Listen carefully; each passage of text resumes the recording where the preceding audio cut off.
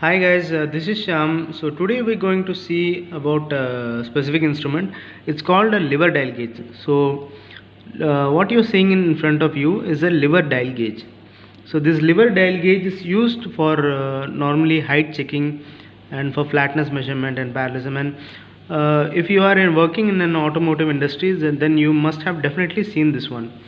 So actually, I'll just show you up close, friend. So let me keep it here. Okay, so this one is of the make Mitutoyo, and it's of the least count of this one is 0.01 mm.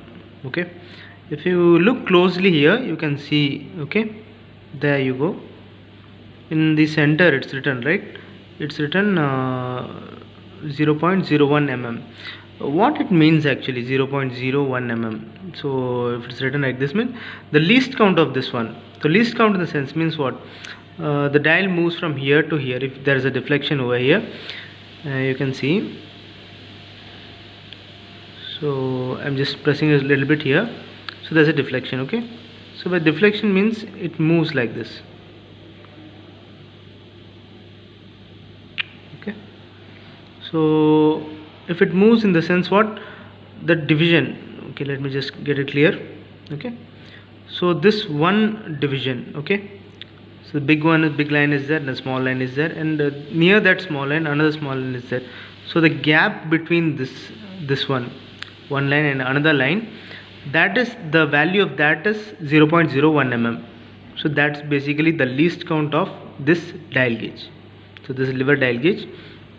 And the specification of this one, if you see, means if so what I told you, okay, one division is 0.01.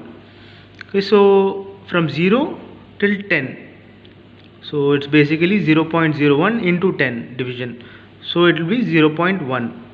okay, so from here till here it's 0.1, and from here 0.2, so like that 30, 40, and after 40 there is again 30, but you must take 50. okay, 50, this is 60, this is 70, this is 80.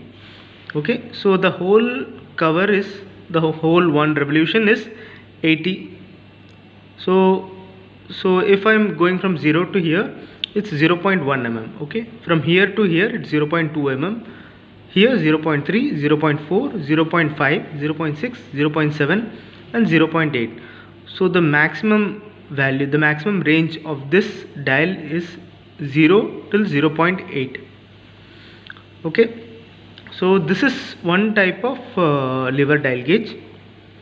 So basically it looks like this from the top here, and the one you can see that liver, right, that is the probe.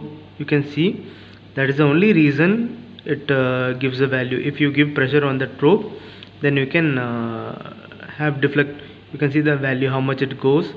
So let me just show an example like this.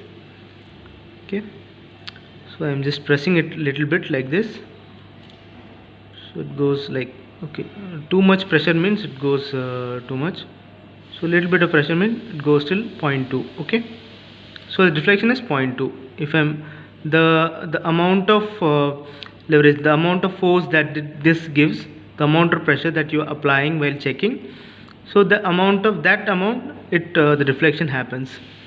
So if you want to check like top side till bottom side, then you have to, it'll go, you'll just keep it here while checking the gauge, and again if you keep it here, the value will show here.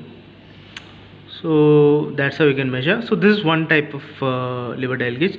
Another one I'll show you.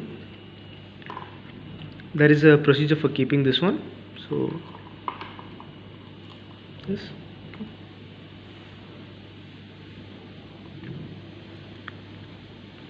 so this is the other one.